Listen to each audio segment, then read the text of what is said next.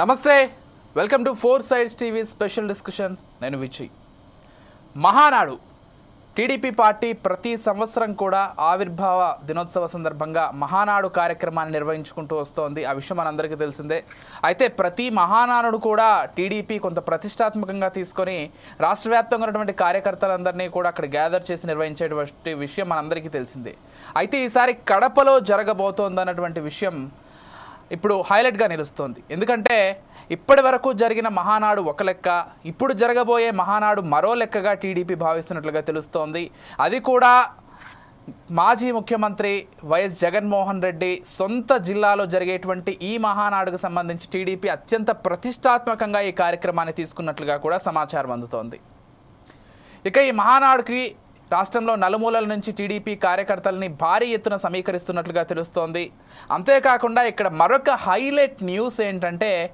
Junior NTR yes TDP పార్టీకి అదేవిధంగా నారావారి కుటుంబానికి కొంతకాలంగా దూరంగా ఉంటూ వస్తున్నటువంటి జూనియర్ ఎన్టీఆర్ ఈసారి మహానాడులో కనిపించబోతున్నారనేటువంటి ఒక ప్రచారం అయితే చాలా విపరీతంగా జరుగుతోంది మరి నిజంగానే వస్తారా వస్తే అది టీడీపీకి మైలేజ్ అవుతుందా లేకపోతే వాస్తవంగానే టీడీపీయే జూనియర్ ఎన్టీఆర్ని కొంత దూరంగా పెడుతూ వస్తోందా ఇవన్నీ కూడా మళ్ళీ తెరపైకి వచ్చినటువంటి ప్రశ్నలు ఇదే అంశానికి సంబంధించి మనతో పాటు డిస్కస్ చేయడానికి సిద్ధంగా ఉన్నారు సూర్యనారాయణ గారు టీడీపీ పార్టీ నుంచి వారితో పాటుగా మస్తాన్ రావు గారు అనలిస్ట్ వారు కూడా సిద్ధంగా ఉన్నారు సో అదేవిధంగా బొట్ల రామారావు గారు కూడా జాయిన్ అయ్యారు వైసీపీ నుంచి నమస్తే అండి సో ముందుగా సూర్యనారాయణ గారితో మాట్లాడదాం సూర్యనారాయణ గారు నమస్కారం అండి నమస్కారం సార్ ఎలా నిర్వహించబోతున్నారండి నేను చెప్పినట్లుగా మీరు మహానాడు కార్యక్రమం ప్రతిసారి కూడా కొంత ఘనంగా నిర్వహిస్తారు ఎవరన్నా కాదన్నా ఏ పార్టీ ఒప్పుకున్నా ఒప్పుకోకపోయినా కానీ భారీ ఎత్తున మీ కార్యకర్తలందరూ కూడా మహానాడుకు వస్తూ ఉంటారు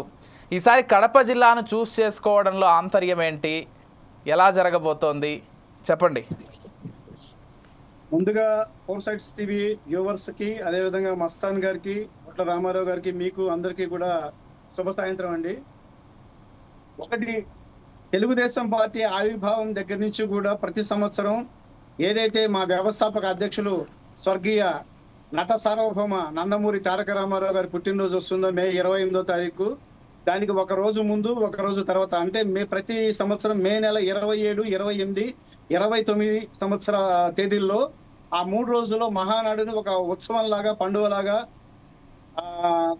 ఆంధ్ర రాష్ట్రంలోనే నిర్వహించినప్పటికీ కూడా ఆ పండుగని ప్రపంచవ్యాప్తంగా ఒక ఖ్యాతి వచ్చే విధంగా ఒక ప్రామాణికంతో ఒక స్థాయితో అంటే అందులో ఆర్గనైజేషన్స్ కావచ్చు కార్యకర్తలు రావటం కావచ్చు నాయకులు పాల్గొనడం కావచ్చు మంచి రుచికరమైనటువంటి సాంప్రదాయ వంటకాలు భోజనాలుగా వడ్డించడం కావచ్చు ప్రజా సంక్షేమం కోసం చేసే తీర్మానాలు కావచ్చు ప్రతిదీ కూడా ఒక సాంప్రదాయబద్ధంగా ఒక ఎవరు వేలెత్తి చూపలేనట్టుగా ఇందాక మీరు ఓపెనింగ్ కామెంట్స్ లో కూడా చెప్పారు ఏ పార్టీలు ఒప్పుకున్నా ఒప్పుకోకపోయినా మహానాడు దాని చరిత్ర దానికి అట్లా ఉంటుంది ఆ చరిత్ర ఆ లెగసీ ఎప్పుడు కూడా కంటిన్యూ అవుతూ ఉంటుంది ఖచ్చితంగా ఆ సాంప్రదాయాలకి ఎటువంటి పరిస్థితుల్లో కూడా తక్కువ కాకుండా అదే విధంగా ఇంకొక విషయం అండి ఇక్కడ తెలుగుదేశం పార్టీకి మా చంద్రబాబు నాయుడు గారికి తెలుగు వారందరూ ఒకటేనండి ఫస్ట్ ఆఫ్ ఆల్ మీరు గమనించారో లేదో రాష్ట్రం విడిపోయి 10 సంవత్సరాలైన తెలంగాణ చంద్రబాబు గారు తన మాటలో ఎప్పుడు కూడా తెలుగు వారందరూ తెలంగాణ అయినా ఆంధ్ర అయినా తెలుగు వారందరూ ఉన్నత స్థితిలో ఉండాలి తెలుగు రాష్ట్రాల విద్యార్థులు ఉన్నత స్థాయిలో ఉండాలి తెలుగు ప్రజలు అభ్యున్నతిలో ఉండాలని చెప్పి కాంక్షిస్తారు కనుక అక్కడ ప్రాంతీయ భేదాలు అలాంటివి ఏం లేవు అయితే ఈ సంవత్సరం ఏంటంటే మరి ఒక దురదృష్టకరమైనటువంటి అంశం ఉమ్మడి మద్రాసు రాష్ట్రం నుంచి విడిపోయింది దాని తర్వాత తెలంగాణ నుంచి విడిపోయి మళ్ళీ ఈ చిన్న రాష్ట్రం 13 జిల్లాల చిన్న రాష్ట్రంగా విడిపోయిన తర్వాత ఒక అభివృద్ధి పడింది మనకు ఒక అమరావతిని ఒక రాజధానిగా ఎంచుకున్నాం ఆంధ్రప్రదేశ్ మేరకు ఆనాడు ప్రతిపక్ష నాయకుడిగా ఉన్న జగన్మోహన్ రెడ్డి గారు కూడా 33,000 ఎకరాలు చాలవు అయినా సరే మంచిగా గ్యాదర్ చేశారు మేము సంపూర్ణ మద్దతు ఇస్తున్నామని ప్రకటించారు మరి అటువంటి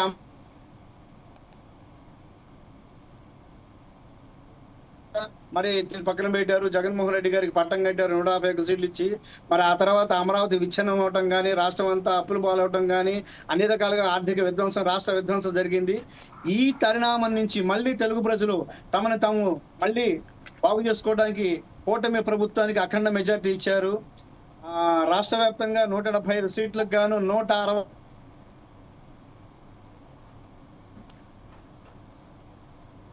మరి 100 కూడా లేకుండా అందులో ఆ 164లో ప్రత్యేకంగా మా తెలుగుదేశం పార్టీకి 145 సీట్లు ఇచ్చారు. కనుక ఈ మహానాడు అనేది కూటమి నాయకత్వంలో వహించే ముఖ్యమైన రాష్ట్రంలో ముఖ్యమైన పార్టీగా కావచ్చు, 45 సంవత్సరాల సుదీర్ఘ చరిత్ర ఉన్నటువంటి తెలుగుదేశం పార్టీ కావచ్చు, ఒక ప్రతిష్టాత్మకంగా ఈ మహానాడు చేయాల్సినటువంటి పరిస్థితి ఉంది. ఎందుకంటే లాస్ట్ మహానాడుకి మేము ఎన్నికల్లో ఉన్నాం, ఎన్నికలు అయిపోయినాయి, ఇంకా రిజల్ట్స్ రాలేదు కనుక అప్పుడు మహానాడు జరపలేదు. కనుక ఈ మహానాడు చాలా అత్యంత ప్రతిష్టాత్మకంగా జరపాలి. అయితే జనరల్ గా ప్రతి సంవత్సరం ఒక్కొక్క సాగు చేస్తూ ఉంటాం. ఆ క్రమంలో ఈసారి రాయలసీమలో కడపను ఎంచుకోవడం జరిగింది. ముఖ్యంగా కడపను ఎంచుకోవడానికి కూడా ఒక కారణం ఏంటంటే, ఉమ్మడి కడప జిల్లాలో 10 అసెంబ్లీ సీట్లుంటే అందులో తెలుగుదేశం ఒకటి సింగిల్ గా 5 సీట్లు గెలుచుకోవడం, కూటమితో చూసుకుంటే 7 సీట్లలో విజయం సాధించడం, కడప ప్రజల రుణం తీర్చుకోవాలన్నా, కడప ప్రజలకి ఒక మంచి సాంప్రదాయాన్ని, మంచి అలవాట్లని, అంటే కడప ప్రాంతంలో అని కాదు, కడప కావచ్చు, రాయలసీమలో కావచ్చు, రాయలసీమ టోటల్ గా చూసుకుంటే 4 జిల్లాల్లో 58 సీట్లకు గాను దగ్గర 48 సీట్లు పైచీలకు మాకు కూటమికి ఇవ్వడం జరిగింది. ఈ పరిస్థితుల్లో రాయలసీమ ఏరియాలో మహానాడు చేస్తే బాగుంటుందని మొదటి నుంచి అధిష్టానం భావించింది. ఈ తడవ ఏంటంటే కడప జిల్లాని తీసుకుంది. కడప జిల్లాలో తెలుగుదేశంకి 5 సీట్లు మొట్టమొదటిసారిగా సగం సీట్లని పార్టీకి ఇవ్వటం, కూటమికి 3 వంతులు ఇవ్వటం, 7 సీట్లు ఇవ్వటం. దీంతో అక్కడ ప్రతిష్టాత్మకంగా తెలుగు ప్రజలకి మరి మన తెలుగుదేశ సాంప్రదాయాన్ని, తెలుగుదేశ సంస్కృతిని, ఆ ప్రాంత రాయలసీమ వాసులకు కూడా, అంటే రాయలసీమ సంస్కృతికి ఇటు కోస్తా జిల్లాల సంస్కృతి కొంచెం చిన్న భిన్న తేడాలు ఉంటాయి. ఈ సంస్కృతిని అటు కూడా తెలియపరుస్తూ మన అభివృద్ధి సమగ్రంగా సాధించాలి.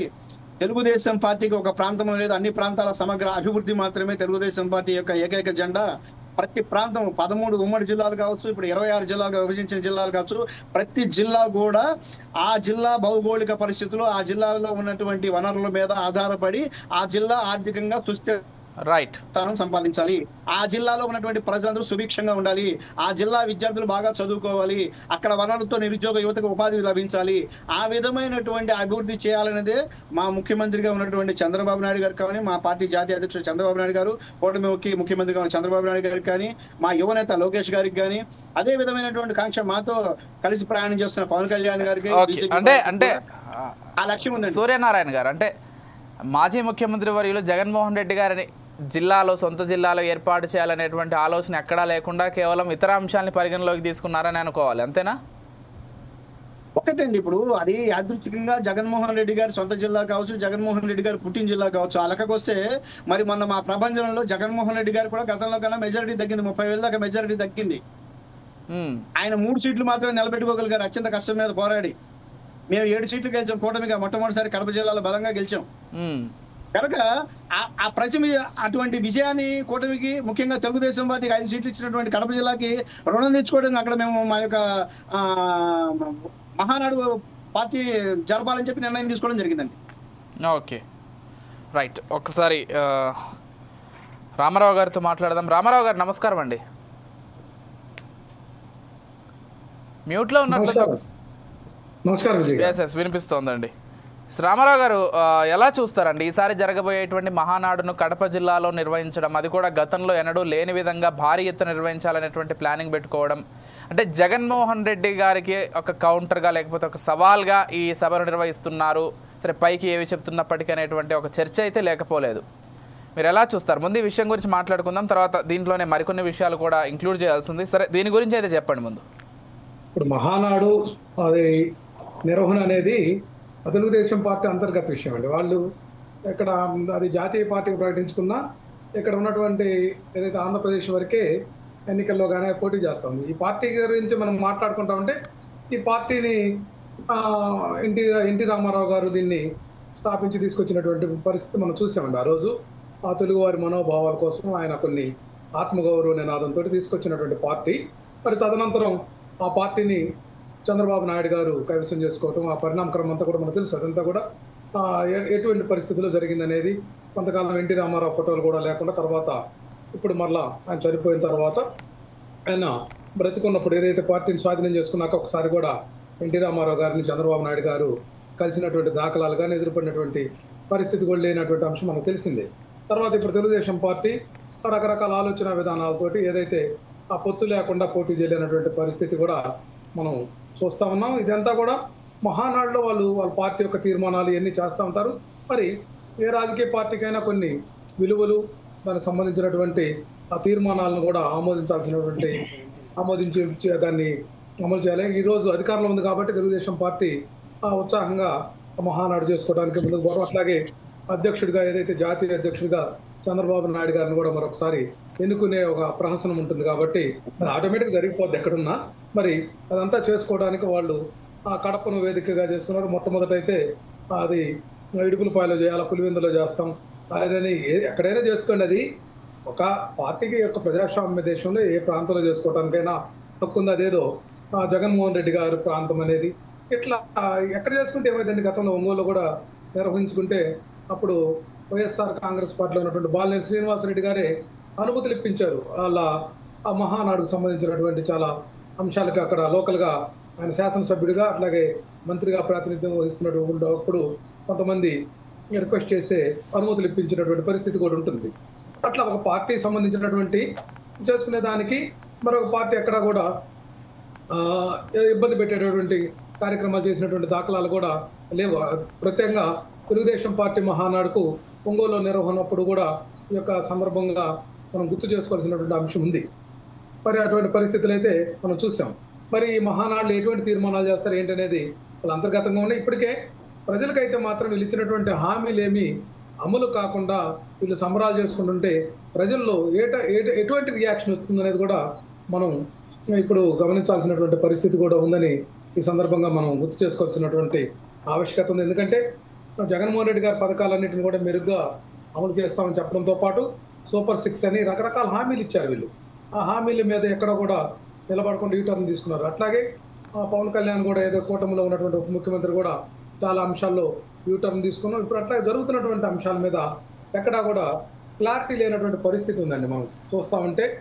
ఎందుకంటే అవినీతికి వ్యతిరేకంగా పోరాడతామని పవన్ కళ్యాణ్ గారు చెప్పినటువంటి అంశం కానీ చంద్రబాబు గారు చెప్పిన అంశంలో ఎక్కడా లేదు. ఇసుక విషయంలో ఉచితంగా ఇసుకిస్తా ఉన్నటువంటి దాన్ని ఫెయిల్ అయ్యారు. మద్యం విషయంలో కూడా ఫెయిల్ అయ్యారు. అట్లాగే ఈ యొక్క PDS బియ్యం విషయంలో చాలా కఠినంగా వ్యవహరిస్తామని చెప్పినటువంటి వ్యక్తులు ఈరోజు ప్రతి నియోజకవర్గంలో 30 లక్షలు ప్రతి నెల వసూలు చేసుకునేటువంటి విధానం అయితేనేమి, మద్యం షాపులు ఆదాయంలో 20% వాటా తీసుకున్నటువంటి విధానం కానీ, అట్లాగే అనధికార ప్యాకాట్ క్లబ్లు కానీ ఇవన్నీ నిర్వహిస్తున్నారు. వీటన్నిటి మీద కూడా ఎటువంటి తీర్మానాలు చేస్తారు, ప్రజలకు సూపర్ 6 హామీల మీద ఎటువంటి దిశానిర్దేశం చేస్తారు, అట్లాగే లోటు బడ్జెట్ ఏదైతే 1,10,000 కోట్ల రూపాయలు లోటు బడ్జెట్ తోటి చేశారు, దాంట్లో కూడా అరకొర పథకాలు చూపెట్టారు. ఆ బడ్జెట్ని ఎలా మేనేజ్ చేస్తారు, అట్లాగే అమరావతి అంశంలో కూడా వాళ్ళు చెప్పేదానికి, అట్లాగే యాక్చువల్గా జరుగుతున్నటువంటి అంశంలో కానీ పోలవరం అంశంలో కానీ క్లారిటీ లేకుండా ప్రజలను ఎంతకాలం మభ్యపెట్టాలనేటువంటి దాని మీద వాళ్ళు ఆలోచన చేస్తున్నారనేది అర్థమవుతుంది. వీటన్నిటి మీద కూడా మరి మహానాడులు ఏమైనా సందర్భంగా చర్చకు వస్తుందా లేదనేది కూడా గమనించాల్సినటువంటి పరిస్థితి ఉంది. దాని పట్ల ప్రజలు ఎటువంటి రియాక్షన్ వచ్చింది కూడా మనం చూడాలంటే మహానాడు అయిపోయిన తర్వాత కానీ మనం మాట్లాడలేనటువంటి పరిస్థితి ఉందండి. Okay, yes right. Mastan Rao గారితో మాట్లాడదాం ఒకసారి. మస్తాన్ రావు గారు నమస్కారం అండి. హలో హలో, సంపత్ గారు చెప్పండి. మస్తాన్ రావు గారు వినిపిస్తోందా? ఇప్పుడు వినిపిస్తుందండి. ఎస్. ఏంటండి ఎలా జరగబోతోంది మహానాడు? అంటే నేను అన్నట్లుగా నిజంగానే కొంత భారీ ఎత్తునే చేస్తారు. చేసిన ప్రతిసారి కార్యకర్తలందరూ కూడా తెలుగుదేశం పార్టీ ఎప్పటి నుంచో ఉంది కాబట్టి ఆ కోర్ కార్యకర్తలు ఉంటారు, వాళ్ళందరూ కూడా తరలివస్తుంటారు మహానాడుకి. సో ఈసారి కడప జిల్లాను చూస్ చేసుకున్నారు, భారీ ఎత్తున చేయాలనేటువంటి ఆలోచన ఉంది. అది కాకుండా మళ్ళీ అధికారంలోకి వచ్చారు కాబట్టి ఆ జోష్ కూడా ఉంటుంది డెఫినెట్గా. ఎలా జరగబోతోంది ఏంటి? కడపను చూస్ చేసుకోవడం లేదనే ప్రత్యేకత ఉందా, లేకపోతే ర్యాండమ్గా అన్ని జిల్లాల్లో చేసినట్లుగానే కడప జిల్లాలో చేస్తున్నారా, లేకపోతే కడప జిల్లాలో చేస్తున్నందుకు ఈసారి మరింత ప్రత్యేక ఏర్పాట్లు చేసుకునే అవకాశాలు ఉంది? ఎందుకంటే నిరూపించుకోవాలనేటువంటి ఒక తపన కూడా ఉంటుంది. ప్రతిపక్ష నేత లేకపోతే వైసీపీ అధినేత సొంత జిల్లా కాబట్టి ప్రూవ్ చేసుకోవాలనేటువంటి ఆలోచన కూడా ఉంటుంది. ఎలా చూడాలి మొత్తం అంశాలని మస్తాన్ రావు గారు? సంపత్ గారు గుడ్ ఈవినింగ్ అండి. 4 సైడ్ వీక్షకులకు, రామారావు గారికి, సూర్యనారాయణ గారికి కూడా తెలుగుదేశం పార్టీ మహానాడు నెలాఖరులో నిర్వహించకుండా దాని ప్రత్యేకత ఏంటంటే తెలుగుదేశం పార్టీ 1982లో తెలుగువారి ఆత్మగౌరవం అనే నినాదంతో ఎన్టీ రామారావు గారు మార్చి 29, 1992లో స్థాపించింది. అప్పుడున్న కాంగ్రెస్ పార్టీ దశాబ్దాల తరబడి వాళ్ళ యొక్క పరిపాలన పట్ల ప్రజలు తీవ్ర వ్యతిరేకతతో ఏహాభావం పెంచుకొని ఎన్టీ రామారావు ఆల్రెడీ ఆయన అనేక చలనచిత్రాల్లో మంచిగా రాణించాడు. ఆయన దైవంతో సమానంగా చాలా మంది అభిమానులు భావిస్తారు. అలాంటి పేరు ప్రఖ్యాతులు ఉన్న ఎన్టీ రామారావు గారు 9 నెలల్లోనే, పార్టీ స్థాపించిన 9 నెలల్లోనే అధికారం చేపట్టి రికార్డ్స్ సృష్టించారు. ఆ తర్వాత ఆయనకి కొంత రాజకీయ అనుభవం లేని ఇవన్నీ నేపథ్యంలో 1984లో నాదెండ్ల భాస్కరరావు గారు ఇందిరాగాంధీ గారి సహకారంతో వెన్నుపోటు రాజకీయాలకు తెరలేపారు. ఆ తర్వాత ఆంధ్రప్రదేశ్లో ఉవ్వెత్తున ప్రజా ఉద్యమం లేచింది. తిరిగి అక్కడ గవర్నర్ రామ్లాల్ చర్యను నిరసిస్తూ అందరూ కూడా తిరిగి ఎన్టీఆర్ని ముఖ్యమంత్రి స్థానంలో కూర్చోబెట్టారు. ఆ తర్వాత ఆయన మళ్ళీ ప్రజల దగ్గరికి తీర్పు కోసం వెళ్ళి మళ్ళీ ఘన విజయం సాధించారు. ఆ తర్వాత చూస్తే 89లో ఆయన పరిపాలన పట్ల కొంత వ్యతిరేకత వచ్చింది, అధికారం కోల్పోయారు. 94లో మళ్ళీ దిగ్విజయ ఉత్సాహంతో నందమూరి లక్ష్మీపార్వతి గారిని పెళ్లి చేసుకొని మళ్ళీ కూడా అధికారంలోకి వచ్చిన పరిస్థితి. అక్కడ ఒక తెలుగుదేశం పార్టీకి సంబంధించి ఒక అతిపెద్ద సంక్షోభం చవి చూసిన సంవత్సరంగా 95లో చెప్తారు. ఏంటంటే ఆగస్టు వచ్చిందంటే చాలు, అప్పుడు కూడా 1984లో ఆగస్టులోనే నాదెండ్ల భాస్కరరావు గారు ఎన్టీ రామారావు ప్రభుత్వాన్ని కోల్చేసి ఆయన ప్రభుత్వం. అదేవిధంగా చంద్రబాబు నాయుడు గారికి సంబంధించి చూస్తే ఎక్కువ మంది ఏమో అది వెన్నుపోటు పొడిచారనేది ఒక నానుడి. అది చాలా బ్రాండ్ అంటే ఇతర పార్టీలు చాలా బలంగా దాన్ని తీసుకెళ్ళాయి ప్రతిసారి, అంటే ప్రతి సభలో కూడా. అయితే ఆ తర్వాత కాలంలో కొంత ఎన్టీ రామారావు విస్మరించిన పరిస్థితి, అభిమానులందరూ కూడా ఊరుకోకుండా నినాదాలు చేయటం, తిరిగి ఎన్టీ రామారావు చిత్రాన్ని కూడా మళ్ళీ విగ్రహాలను కానీ పెట్టాల్సిన పరిస్థితి తప్పనిసరి పరిస్థితి. ఎందుకంటే ఆయన వేరే పార్టీ కూడా పెట్టుకున్నారు అప్పుడు. ఆ తర్వాత ఆయన దురదృష్టశాత్తు చెందారు. ఆ తర్వాత కాలంలో మళ్ళీ ఎన్టీ రామారావు ఆశయాల సాధనకి మేము కట్టుబడి ఉంటామని చంద్రబాబు నాయుడు గారు చెప్పి అందరూ కూడా మళ్ళీ అదే మార్గంలోకి వచ్చారు. ఆ తర్వాత వాళ్ళు ఏమంటారంటే ఎన్టీ రామారావు గారిని ఆ రోజు ఆ విధంగా చేయటానికి నాయకత్వ మార్పు అనేది అనుకోవాలి, కానీ వెన్నుపోటు కాదు. మేము తెలుగుదేశం పార్టీ ఏదైతే పేదల ఆశయ సాధన కోసం నెలకొల్పబడిందో అదే విధంగా వెళ్తున్నామని చెప్తా ఉన్నారు. మొత్తం మీద చూస్తే 7.5 సంవత్సరాలు దాదాపు ఎన్టీ రామారావు గారు ముఖ్యమంత్రిగా చేశారు. అదేవిధంగా 15 సంవత్సరాలు పూర్తి చేసుకున్న 16 సంవత్సరాలకి చంద్రబాబు నాయుడు గారు, అంటే తెలుగుదేశం పార్టీ ఉన్న దానిలో దగ్గర ఆయన 15, 22, 23 ఏళ్ళు దగ్గరగా అధికారంలో ఉన్న పరిస్థితి కూడా ఇక్కడ చూడవచ్చు. ఈ 43 ఏళ్ల కాలంలో 23 ఏళ్ళు అనేది చాలా పెద్దది. అవును. సో ఆ నేపథ్యం మనం చూసినట్లయితే ఆ తర్వాత ఆంధ్రప్రదేశ్ విభజించటం, ఆ తర్వాత తెలుగుదేశం పార్టీ అక్కడి నుంచి తెలంగాణ నుంచి ఇక్కడికి వచ్చిన పరిస్థితి, ఇక్కడ తిరిగి 2014లోను 2019లో ఇతర పార్టీల సహకారంతో కూడా ఏర్పాటు చేసిన పరిస్థితి కూడా ఉంది. ఈ రోజు ఏంటంటే దిగ్విజయ ఉత్సాహంతో ఉంది. గతంలో తెలుగుదేశం పార్టీ పెట్టినప్పటి నుంచి ఇప్పుడు చూసుకుంటే ఏదైనా 164, 175కి 164 వచ్చిన పరిస్థితి అది కూటమిలో కావచ్చు, కానీ చాలా పెద్ద ఘన విజయం. దాంతోపాటు ఏంటంటే ఏదైతే జగన్మోహన్ రెడ్డి గారు తెలుగుదేశం పార్టీని 23 స్థానాలకు మట్టి కరిపించి 151 గెలుచుకుని ఒక 30 సంవత్సరాల పాటు అధికారంలో ఉండాలని ఒక దీనిలోకి వెళ్ళిపోయారు. దాన్ని పటాపంచలు చేస్తూ తెలుగుదేశం పార్టీ కానీ ఇక్కడ పవన్ కళ్యాణ్ గారిని కూడా చెప్పుకోవాలండి. పవన్ కళ్యాణ్ గారు తెలుగుదేశం పార్టీ అధ్యక్షుడు జైల్లో ఉన్నప్పుడు కూడా ఆయన అప్పుడు చాలా డీలా పడిపోయి ఉంది తెలుగుదేశం పార్టీ. ఆ రోజు కొంతమంది మాట్లాడటానికి కూడా జగన్మోహన్ రెడ్డి గారి సర్కార్లు, ఎందుకంటే ఆ రోజు కొంత మనం అవునన్నా కాదన్నా వాళ్ళు అసలు నిరసనలు కానీ ధర్నాలు కానీ చేయడానికి కూడా వీళ్ళని పరిస్థితి ఉంది. ఆ రోజు తెలుగుదేశం పార్టీ నాయకులందరూ కూడా ఎటు పడితే అటు వెళ్ళిపోయిన పరిస్థితి, బహిరంగంగా వచ్చి మాట్లాడిన పరిస్థితి కూడా ఆ రోజు ఉంది. సో అలాంటి సందర్భంలో పవన్ కళ్యాణ్ గారు ఆయన అన్నారు, ఆ మాటను కూడా నేను ఇప్పుడు గుర్తు చేస్తా, మనము నుంచున్నాము 40 ఏళ్ళకు పైగా చరిత్ర ఉన్న తెలుగుదేశం పార్టీని కూడా బతికించుకోగలిగాం అనేది ఆయన అన్నారు. దానిలో ఎటువంటి ఇది లేదు, ఎందుకంటే ఆయన అలా అంటూనే రానున్న 10 సంవత్సరాల కాలంలో చంద్రబాబు నాయుడు గారు అనుభవం ఉంటే ఆంధ్రప్రదేశ్ మరింత ముందుకు వెళ్తుంది అన్నది కూడా చెప్పారు. ఆయన జనసేన ఆవిర్భావ సభలోనే ఆ విషయాన్ని స్పష్టంగా చెప్పిన పరిస్థితి.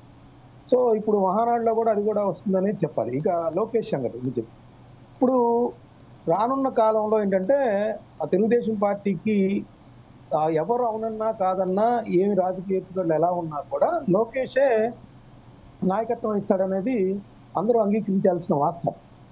ఎందుకంటే ఆల్రెడీ ఆయన జాతీయ ప్రధాన కార్యదర్శిగా పనిచేస్తా ఉన్నారు. మన ఆవిర్భావ దినోత్సవం రోజు కూడా ఏ పార్టీలో ఎవరి పదవులు ఉన్నా కూడా 2 టర్ములకు మించి ఉండకూడదనే ఒక ఆలోచన చేశారు. ఆయన వర్కింగ్ ప్రెసిడెంట్ కానీ తెలుగుదేశం పార్టీకి సంబంధించి, లేదా అసలు నిజమైన అసలు ప్రెసిడెంట్గా కానీ ఆయన మహానాడులో ఒక ఒక అద్భుతమైన బహుమతి ఆయనకి ఇవ్వబోతున్నారా అనేది కూడా చర్చ సాగుతోంది. అంటే తెలుగుదేశం పార్టీకి సంబంధించి చెప్పండి. అంటే మస్తాన్ రావు గారు, ఇక్కడ ఒక విషయం సరే, నేను ఇందాక కూడా ప్రస్తావించినట్లుగా ఈ విషయంలో అంటే ఈ డిబేట్లో మరొక అంశాన్ని కూడా ప్రధానంగా మాట్లాడాల్సి ఉంది అని చెప్పాను. జూనియర్ ఎన్టీఆర్, జూనియర్ ఎన్టీఆర్కి సంబంధించి అంటే ఇక్కడ ఒక విషయం, ప్రస్తుతం లోకేష్ గారిని భవిష్యత్తులో ముఖ్యమంత్రిగా టీడీపీ శ్రేణులు చూస్తున్నారనేది క్లియర్ కట్. అది ఎందుకంటే ఆయన ఇటీవల కాలంలో ఏ సభలకు వెళ్ళినా కూడా పదే పదే మీరు భవిష్యత్తులో ముఖ్యమంత్రి కావాలి, లేకపోతే ముఖ్యమంత్రి అనేటువంటి నినాదాలు చేయడం తరచుగా చూస్తున్నాం. అంటే లోకేష్ గారి రాజకీయ జీవితం చూసుకున్నా కానీ గతంతో పోలిస్తే ఇప్పుడు ఆయన చాలా పరిపక్వత చెందినటువంటి నాయకుడిగా ఎదిగారు. దాన్ని అందరూ కూడా అంగీకరించాల్సిందే. మాట తీరు దగ్గర నుంచి, ఆలోచన విధానాల దగ్గర నుంచి, మొన్న గెలిచినటువంటి తీరు దగ్గర నుంచి అన్ని అంశాల్లో కూడా లోకేష్ గారు గతంతో పోలిస్తే ఇప్పుడు చాలా మెరుగ్గా ఒక పూర్తి రాజకీయ నాయకుడిగా ఎదిగినటువంటి తీరును మనం అందరం కూడా అభినందించాల్సిందే. సరే, ఇక్కడి వరకు బాగానే ఉంది. ఇన్ కేస్ ఒకవేళ జూనియర్ ఎన్టీఆర్ ఎంట్రీ ఇస్తే, మళ్ళీ తెలుగుదేశం పార్టీకి దగ్గర అయితే అప్పుడు పరిస్థితి ఏంటనేది ఎవరికీ అర్థం కావట్లేదు. ఒకటి సార్, మీరు అడిగిందని చెప్తాను. ఇప్పుడు జూనియర్ ఎన్టీఆర్ అనే అతను ప్రజాకర్షణ కలిగిన నేత, దానిలో ఎటువంటి సందేహం లేదు. అది దృష్టిలో ఉంచుకొని 2009 ఎన్నికల సందర్భంగా ఆయన్ని ప్రచారానికి తెలుగుదేశం పార్టీ తీసుకువచ్చిన పరిస్థితి కూడా ఉంది. అయితే ఆ తర్వాత జరిగిన పరిణామాలు జూనియర్ ఎన్టీఆర్కి గుర్తించలేదు. ఆయన హత్య, ఆయన విస్మరించినట్టు, నిర్లక్ష్యానికి గురైనట్టు భావించారు. పైగా అదే సమయంలో లోకేష్ గారికి ప్రయారిటీ ఇస్తున్నారు. అంటే నిజానికి ఇప్పుడున్న లోకేష్ గారు వేరు, అప్పుడున్న లోకేష్ గారు వేరు. అంటే మరొక విషయం మస్తాన్ రావు గారు, అంటే సందర్భం కాబట్టి నేను ప్రస్తావిస్తున్నాను. మీకు గుర్తుందో లేదో 2009లో అనుకుంటా జూనియర్ ఎన్టీఆర్ అన్ని చోట్లకి వెళ్ళి విపరీతంగా ప్రచారం చేసినప్పుడు జూనియర్ ఎన్టీఆర్ తిరిగినటువంటి నియోజకవర్గాల్లో తెలుగుదేశం పార్టీ ఓడిపోయింది. ఇక్కడ 2 వర్షన్స్ ఉన్నాయి. జూనియర్ ఎన్టీఆర్ తిరగడం వల్ల ఓడిపోయిందని టీడీపీ నుంచి ఒక వర్గం కామెంట్ చేయడం ఒక ఎత్తు అయితే, ఓడిపోయే నియోజకవర్గాలకే జూనియర్ ఎన్టీఆర్ని పంపించి కావాలనే చేశారనేటువంటిది మరొక వర్గం చేసేటువంటి కామెంట్. అంటే ఇక్కడ టీడీపీ పార్టీ ఎప్పుడూ కూడా, లేకపోతే చంద్రబాబు నారావారి కుటుంబం జూనియర్ ఎన్టీఆర్ని దూరం పెట్టాలనుకుంటుంది అనేది చర్చ. వైసీపీ వాళ్ళైతే దాన్ని మరింత బలపరుస్తారు అనుకోండి, అది వేరే విషయం. మీరు చెప్పండి మీ అభిప్రాయం. నిజానికి ఏంటంటే ఆ రోజు విలక్షణమైన తీర్పు ఏంటంటే, అక్కడ ప్రజారాజ్యం పార్టీ వచ్చింది, చిరంజీవి గారు ఆయన కొంత చీల్చుకున్నారు ఓటు. ప్రజా వ్యతిరేకత ఉన్నమాట వాస్తవం. అయితే దాన్ని చీల్చుకున్నారు. ఆ తర్వాత కూటమిగా వచ్చారు. ఆడ ఓట్లు పలు విధాలుగా చీలిపోయిన నేపథ్యంలో ఒటాబొటి మెజార్టీ మీద 154 స్థానాలు, 153, 154 మాత్రమే గెలిచారు ఆ రోజు వైఎస్ రాజశేఖర రెడ్డి గారు. అది కూడా ఆయనకు పాజిటివ్ ఏంటంటే అప్పట్లో ఆరోగ్యశ్రీ కానీ, లేదంటే ఫీజు రియంబర్స్మెంట్ కానీ విప్లవాత్మక. వీటన్నింటితో పాటు ప్రజా వ్యతిరేకత అనేది 2 పార్టీలకు చీలిపోయింది కాబట్టి అధికార పక్షానికి డెఫినెట్ గా బెనిఫిట్ అవుతుంది. ఖచ్చితంగా అండి, అదే జరిగింది ఆ రోజు. అయితే అక్కడ జూనియర్ ఎన్టీఆర్ వల్ల ఓడిపోయిందన్న అనడం కూడా వాస్తవం. అంటే మనం చెప్పట్లేదు, నేను అనేది నేను ఇందాక కూడా చెప్పారు, ఒక వర్గం పూర్తిగా ప్రచారం చేసింది. అది చేస్తారు ఖచ్చితంగా చేసే ఉంటారు, దానిలో అనుమానం లేదు. అదే ఆ పరిణామాలన్నీ కూడా తెలుగుదేశం పార్టీకి ఆయన దూరం చేశాయి. సో ఆ నేపథ్యంలో చాలా కాలం ఆయన దూరంగా ఉన్నారు. విమర్శలు వచ్చినప్పుడు కూడా వెళ్ళలేదు. ఇటీవల కాలంలో మళ్ళీ కొంత బాలకృష్ణ గారికి పద్మభూషణ్ వచ్చినప్పుడు కానీ, లేకపోతే మళ్ళీ తిరిగి ముఖ్యమంత్రి చంద్రబాబు నాయుడు గారు అయినప్పుడు కానీ వాళ్ళు ఆయన అభినందనలు తెలపడం, ఆ విధంగా జరుగుతున్న పరిస్థితి కూడా చూసాం.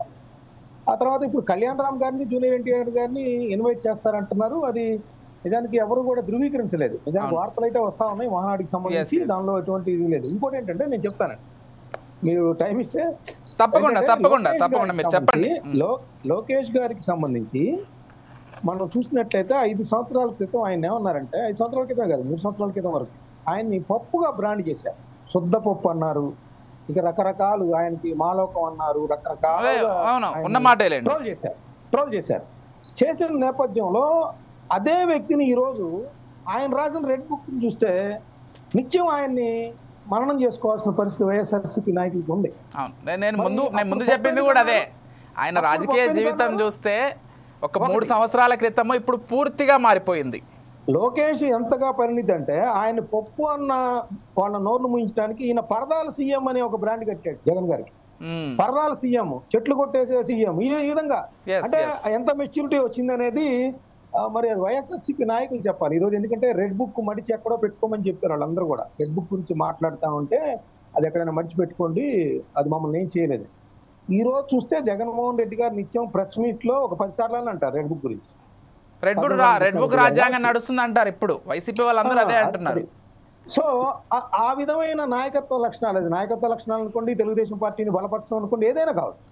సో ఇంకోటి కూడా కోటి సభ్యత్వాలు తెలుగుదేశం పార్టీకి సంబంధించి క్రియాశీలకంగా ఉండే విధంగా కానీ లేకపోతే మొత్తంగా కానీ కోటి సభ్యత్వాలు. అదేవిధంగా తెలంగాణలో కూడా మళ్ళీ తిరిగి పార్టీని పునరుజ్జీవింపు చేసేందుకు కూడా ప్రయత్నాలు ప్రారంభించిన పరిస్థితి.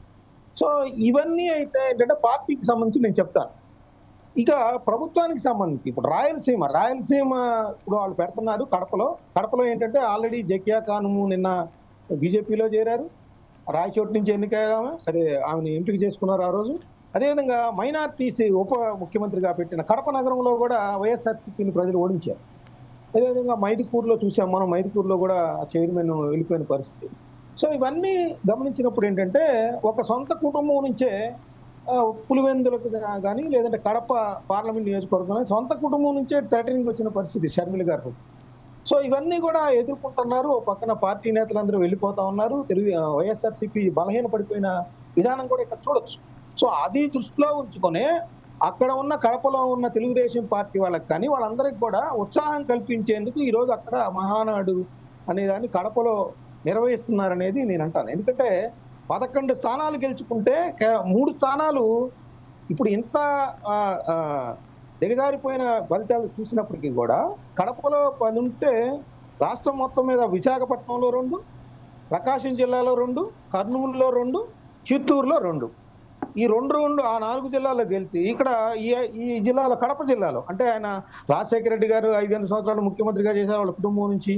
ఈయన ఒక 5 సంవత్సరాలు చేశారు, ప్రతిపక్ష నేతగా 5 సంవత్సరాలు చేశారు. అయినా కూడా ఇలా 3 నియోజకవర్గాలు మాత్రమే నిలుపుకోగలిగింది. అంటే బాగా బలహీన పడిపోయిన పరిస్థితిలో తిరిగి లేవకుండా చావు దెబ్బ కొట్టాలంటే వైఎస్ఆర్సీపీని అక్కడి నుంచే ప్రారంభించాలి. ఎందుకంటే గతంలో ఆయన కూడా వైనాట్ కుప్పం అని చెప్పేసి జగన్మోహన్ రెడ్డి గారు కూడా రాజకీయాలు ఆ రోజు మున్సిపాలిటీని కూడా అక్కడ గెలిపించారు.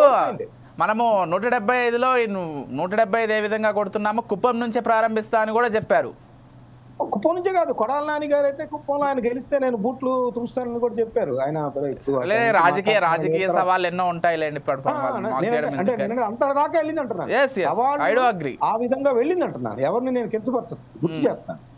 సో ఇప్పుడు సమాధానం చెప్పాల్సింది ఏంటంటే రాయలసీమని ఏ విధంగా అభివృద్ధి చేస్తారు. ఇవన్నీ రాజకీయ సవాళ్లు, జగన్మోహన్ రెడ్డి గారు దెబ్బకొట్టడం అదంతా కాదు. ఇప్పుడు సూపర్ 6 హామీల అమలు, రాయలసీమ వెనకబాటుతనాన్ని లేదా ఇరిగేషన్ ప్రాజెక్ట్ని ఏ విధంగా ముందుకు తీసుకెళ్తారు అని ప్రజలందరూ ఎదురు చూస్తున్నారు.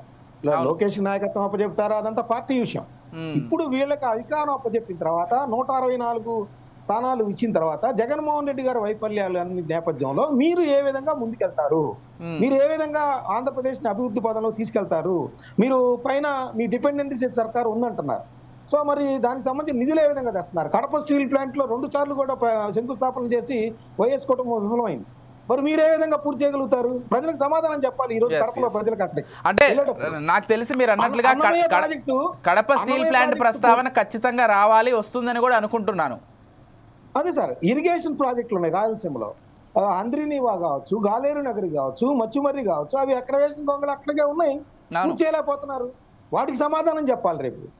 అదేవిధంగా అన్నమయ్య ప్రాజెక్టు అది కొట్టుకెళ్తే జగన్మోహన్ రెడ్డి గారు దానికి సంబంధించి 3 సంవత్సరాలు గ్యాప్ ఉన్నా కూడా అది పూర్తి చేయలేకపోయారు. మరి వీళ్ళు ఏ విధంగా పూర్తి చేస్తారు? పొదుపులు ఆయన విమర్శిస్తున్నారు. వీటన్నిటికి కూడా ప్రజలకు సమాధానం చెప్పాలి. రాయలసీమ వెనకబాటుతనాన్ని ఆల్రెడీ ఇప్పుడు కియా తెచ్చామంటున్నారు, అట్లా ఇంకా శ్రీసిటీ తెచ్చామంటున్నారు, ఇంకా అనేక ప్రాజెక్టులు లేదా ఐఐటికి కూడా రేపు నిన్న 2300 కోట్లు తీసుకొచ్చారు. అవి కాదు, ఇంకా మరింత రాయలసీమకు సంబంధించి ఏమి అభివృద్ధి చేస్తారు.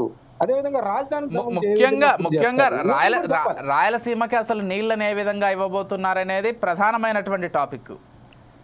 అనేక సంవత్సరాలుగా అనేక ప్రభుత్వాలు ఎన్నో హామీలు ఇచ్చి రాయలసీమకి ఏదేదో చెప్పేసి ఏది చేయనటువంటి తీరు.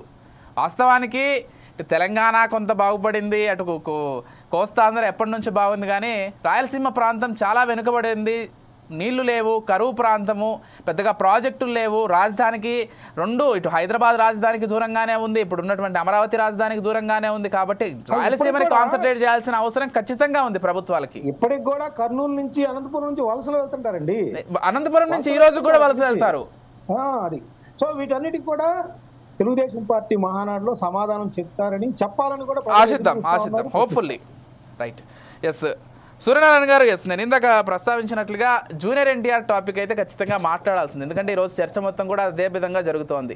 ముందు కూడా చెప్పాను, లోకేష్ ఎదిగినటువంటి తీరు అందరూ మెచ్చుకుంటున్నారు. ఈరోజు పార్టీలో చంద్రబాబు గారి తర్వాత అంతటి స్థాయి లీడర్ ఎవరైనా అంటే ఖచ్చితంగా ప్రతిపక్షాలు కూడా లోకేష్ అనేటువంటి మాటే చెప్పాలి. అంతగా ఎదిగారు, అంతలా పరిపక్వత చెందారు, అంతలా ఆయన ప్రూవ్ చేసుకున్నారు. ఎక్కడ ఓడిపోయారో అక్కడే నిలబడి రాష్ట్రంలోనే అత్యధిక మెజార్టీ సాధించి ఒక సంచలనం క్రియేట్ చేశారు. కాకపోతే ఇప్పటి వరకు జూనియర్ ఎన్టీఆర్ ఆయన సినిమాలకు మాత్రమే పరిమితం అయ్యారు కొన్నేళ్లుగా. నాకు తెలిసి 2009 ఎలక్షన్స్ తర్వాత ఆయన ఎప్పుడూ పార్టీకి పెద్దగా దగ్గర అవ్వలేదు. ఆ తర్వాత ఏ ఎలక్షన్స్లోనూ ప్రచారాలు చేయలేదు. మోరోవర్ ఆయనకి సినిమా జీవితం చాలా ఉంది. ఇప్పటికీ ఆయన చాలా చూశారు సినిమా జీవితాన్ని. భవిష్యత్తు కూడా సినిమా జీవితం చాలా ఉంది ఆయనకి. మేబీ దానివల్ల ఈ సినిమా జీవితాన్ని పనంగా పెట్టడి రాజకీయాల్లోకి వెళ్ళడం ఎందుకని ఆయన కొద్దిగా దూరంగా ఉండుండొచ్చు. అంటే ఒక ప్రశ్న చాలా సూటిగా అడగదలుచుకున్నాను. టీడీపీ పార్టీ అంతటా జూనియర్ ఎన్టీఆర్ని ఆహ్వానించి పార్టీలో కలుపుకునే ప్రయత్నం జరగొచ్చా, జరగదా?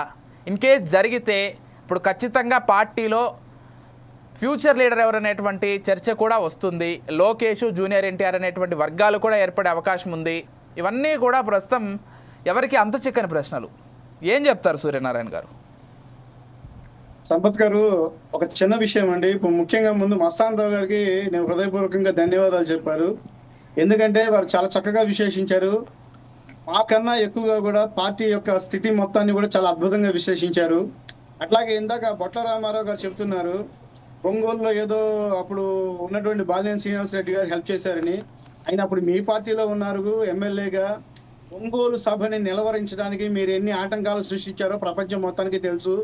ఆర్టీసీ బస్సు ఒక బస్సు కూడా కేటాయించకపోయినా స్వచ్ఛందంగా సైకిళ్ల మీద, 2 వీలర్స్ మీద, ఎడ్ల బళ్ళ మీద, ట్రాక్టర్ల మీద కార్యకర్తలు వస్తే వాళ్ళని కూడా అడ్డుకోవడానికి ప్రయత్నం చేసిన ఒంగోలు మహానాడు ప్రభంజనం చేసి చూపించాం. 2022లో ప్రతిపక్షంలో 23 సీట్లలో మీరు 4 సీట్లు లాక్కున్నా కూడా ఎప్పుడు కూడా తెలుగుదేశం పార్టీకి కార్యకర్తలు అండండి. అట్లాగే ఇప్పుడు ఈ ప్రభంజనంలో 1 కోటి సంఖ్య దాటింది. క్రియాశీలక కార్యకర్తల సభ్యత్వ నమోదు 1 కోటి దాటింది. తెలంగాణ కార్యకర్తలు కూడా 22 లక్షల చిల్లర దాటారండి. ఇంకొక విషయం మీరు ఇప్పుడు గమనించాల్సింది ఏంటంటే, ఎప్పుడు కూడా జూనియర్ ఎన్టీఆర్ గారిని తెలుగుదేశం పార్టీ వద్దనలేదు, వ్యతిరేకించలేదు. ఒక పాయింట్ గమనించాలి. బహిరంగంగా వ్యతిరేకించకపోవచ్చు, అంతర్గతంగా అసలు ఒక టీం మొత్తం కూడా జూనియర్ ఎన్టీఆర్ కి వ్యతిరేకంగా ప్రచారం చేయడానికే ఉందనేటువంటి చర్చ కూడా లేకపోలేదు. మీకు ఒక క్లియర్ ఎగ్జాంపుల్ చెప్తాను. గతంలో భువనేశ్వరమ్మకి సంబంధించి అసెంబ్లీలో ఏవైతే కొన్ని కామెంట్స్ వినిపించాయో వైసీపీ నుంచి, అప్పుడు జూనియర్ ఎన్టీఆర్ పెద్దగా రియాక్ట్ అవ్వలేదు. రాజకీయ నాయకులు అందరూ సక్రమంగా ఉండాలని మాత్రమే మాట్లాడారు, ఫ్యామిలీకి కూడా సపోర్ట్ చేయట్లేదని జూనియర్ ఎన్టీఆర్ పైన విపరీతమైన ట్రోల్స్ వచ్చాయి. మీరు గమనించారో లేదా కానీ నేను సోషల్ మీడియాను విపరీతంగా ఫాలో అవుతాను కాబట్టి నేను చూసా. ఒక చిన్న విషయం సార్, మీరే చెప్పారు సొంత మేనత్త, మరి మేనత్త మీద జరిగినప్పుడు కుటుంబ సభ్యుడిగా పార్టీలతో సంబంధం లేకుండా నా మేనత్తని కామెంట్ చేయడం రైట్ పద్ధతి కాదు, ఇది ఎవరైనా సరే సంస్కారవంతంగా మాట్లాడాలని ఒక మాట నుండి చాలా బాగుండేది. ఆ పాయింట్ నే అన్నారు కానీ అంతకు మించి ఎక్కడ ట్రోల్ చేయాల. సరే, సెకండ్ సైడ్ ఆఫ్ కాయిన్ మాట్లాడదాం. జూనియర్ ఎన్టీఆర్ కెరీర్ ఎదుగుదలలో కావచ్చు, ఇతర వాటిల్లో కావచ్చు, నారావారి కుటుంబం, నందమూరి కుటుంబం ఎంతలా ప్రోత్సహించిందంటే దానికి సమాధానం ఏంటి? ఒక చిన్న విషయం సార్, ఇప్పుడు జూనియర్ ఎన్టీఆర్ నందమూరి వారసుడు, అందాల్లో కాదనేది ఏం లేదు. ఇప్పుడు ఇవాళ చంద్రబాబు నాయుడు గారు తెలుగుదేశం పార్టీని చాలా మంది ఇప్పటికీ కూడా ఏదో ఒక పడిగట్టు పదంలాగా, లేదా వాళ్ళకి తెలిసినట్టు వాళ్ళ దగ్గర నుండి చూసినట్టుగా వెన్నుపోటు పొడిచారంటారు. కాదండి, తెలుగుదేశం పార్టీ ఏ అకుంఠిత దీక్షతో అన్న నందమూరి తారక రామారావు గారు తెలుగు వాళ్ళ ఆత్మగౌరవం కాపాడాలి, ఢిల్లీ పాలకుల కబంధ హస్తాల కింద తెలుగు వాళ్ళ ఆత్మగౌరవం తొక్కబడుతోందని గమనించి చేశారో, ఆ ఆత్మగౌరవం కాపాడడానికి పార్టీ నాయకత్వ బాధ్యతను తీసుకుని నందమూరి తారక రామారావు గారి ఆశయాల్ని ముందుకు తీసుకెళ్లారని వాళ్ళ కుటుంబం మొత్తం యాక్సెప్ట్ చేసి ఆ బాధ్యతలు చంద్రబాబు నాయుడు గారికి అప్పచెప్పింది. అయినా సరే ఆయన హరికృష్ణ గారిని రాజ్యసభకు చేశారు, ఆంధ్రప్రదేశ్ లో ముఖ్యమంత్రిగా చేశారు హరికృష్ణ గారిని 3 సార్లు. ఇప్పటికి మన పద్మవిభూషణ్ నందమూరి నటరత్న బాలకృష్ణ, యువరత్న బాలకృష్ణ గారు పద్మభూషణ్ కాన్స్టిట్యూషన్ నుంచి 3 సార్లు ఇప్పటికి కంటిన్యూగా. పద్మవిభూషణ్ కాదు, పద్మభూషణ్. ఓకే, అదే పద్మభూషణ్ అండి, పద్మభూషణ్. యువరత్న బాలకృష్ణ గారు మరి హిందూపురం నుంచి ఉన్నారు. అట్లాగే కుటుంబ సభ్యుల్ని పార్టీలో మరి ఆనాడు మరి పురంధరేశ్వరి గారు వాళ్ళు మరి కొంత ఇబ్బంది పడి వెళ్ళిపోయారు, కానీ కాంగ్రెస్ పార్టీలోకి వెళ్ళారు, ఇప్పుడు బీజేపీలో ఉన్నారు. కానీ అయితే వారిని కూడా పార్టీలోంచి చంద్రబాబు గారు వెళ్ళమని లేదు. అదే విధంగా కుటుంబ సభ్యులు ఇప్పుడు అక్కడ హరికృష్ణ గారు కూతుర్ని తెలంగాణలో పార్టీ నాయకురాలు చేశారు, ఎమ్మెల్యే టికెట్ ఇచ్చారు. ఈ విధంగా లేదు సరే సుహాసిని గారి టాపిక్ వచ్చింది కాబట్టి కూకట్పల్లిలో టికెట్ ఇచ్చి అది ఓడిపోతుందని తెలిసే టికెట్ ఇచ్చారనేటువంటి చర్చ కూడా ఉంది. ఒక విషయం సార్, ఎప్పుడైతే తెలుగుదేశం పార్టీ తెలంగాణ నుంచి ఇక్కడికి వచ్చి ఆంధ్ర మీద చంద్రబాబు గారు ఫోకస్ పెట్టారో, వాస్తవంగా అక్కడ మేము ఓడిపోవడానికి కారణం ఏంటంటే మేము ఫోకస్ సరిగ్గా పెట్టాల. ఈ రోజుకి మాకు అక్కడ 22 లక్షల పైన క్రియాశీలక కార్యకర్తలు ఉన్నారు. మా ఓటింగ్ ని సర్దుకుంటున్నారు అక్కడ పరిస్థితి లేక. ఇప్పుడు తెలంగాణలో కూడా తెలుగుదేశం పార్టీ పూర్తి స్థాయిలో క్రియాశీలకమయ్యి రాబోయే ఎన్నికల్లో పోటీ ఇవ్వాలి. అక్కడ నాయకత్వం ఏముంది, ఒకవేళ జూనియర్ ఎన్టీఆర్ గారు పార్టీలోకి వస్తే ఇక్కడ లోకేష్ గారు ఉంటారు, అక్కడ తెలంగాణలో జూనియర్ ఎన్టీఆర్ గారికి ఇచ్చారేమో ఛాన్సు. కంగారేముంది ఇందులో, దానికి కంగారు పడాల్సిన అవసరం లేదు, క్లాష్ రావాల్సిన అవసరం అంతకంటే లేదు. అలాగే జూనియర్ ఎన్టీఆర్ గారికి మీరు అన్నట్టుగా ఆయన చాలా చిన్న వయసు, ఒక మంచి నట చాతుర్యము, వాక్ శుద్ధి, వాక్ చాతుర్యము, డైలాగ్ కింగ్ లాగా సేమ్ తాతగారి రూపురేఖలనే కాకుండా తాతగారి వాక్ పట్టిమని, తాతగారి డైలాగ్ డెలివరీని పూనికి పూసుకున్నటువంటి దమ్మున్నటువంటి హీరో. మరి చాలా భవిష్యత్తు సంపాదించుకోవడానికి. ఇన్ని తెలిసి సుహాసిని గారికి ఇక్కడ బాధ్యతలు ఎలా అప్పగించారు? మీరు కాన్సన్ట్రేట్ చేయట్లేదని తెలుసు, మీరు లోకేష్ గారికి అప్పగిస్తే బాగుండేది కదా. ఎక్కడండి తెలంగాణలో సుహాసిని గారికి అప్పగించడంలో ఆంతర్యం ఏంటి? సుహాసిని గారికి అప్పగించడం అంటే అక్కడ సుహాసిని గారు కూడా నారా నందమూరి కుటుంబాల వంశ నాయకురాలే. ఆవిడ్ని అక్కడ బాధ్యతగా లీడర్ గా అక్కడ ఎస్టాబ్లిష్ చేయాలని అక్కడ అప్పచెప్పారు. మరి ఆవిడ కొంచెం పవర్ చేస్తున్నప్పటికీ కూడా కొంచెం ఎక్కడో లోపాలుండి ఆవిడ గెలవలేకపోవడం, కానీ అయినా ఈ రోజుకి ఆవిడ ఒక లీడర్షిప్ క్వాలిటీతో కంటిన్యూ అవుతున్నారు. రాబోయే కాలంలో తెలంగాణకు ఒక మంచి పటిష్టమైనటువంటి లీడర్ కావాల్సిన అవసరం ఉంది. అలాగే జూనియర్ ఎన్టీఆర్ గారిని ఎప్పుడు కూడా తెలుగుదేశం పార్టీ రావద్దని కానీ వ్యతిరేకించలేదు. జూనియర్ ఎన్టీఆర్ వస్తే కాదని అనేది లేదు. కనుక జూనియర్ ఎన్టీఆర్ గారు రేపు ఒకవేళ మీరు అన్నట్లుగా ఖచ్చితంగా అందరూ అనుకుంటున్నట్టుగా రేపు మహానాడుకు వస్తే చక్కగా తెలుగుదేశం కార్యకర్తలు కూడా అన్ని మర్చిపోయి ఆయనకు స్వాగతం చెప్తారు. ఎందుకంటే నందమూరి కుటుంబ సభ్యుడు అయినా మేము కాదని అంటలేదు.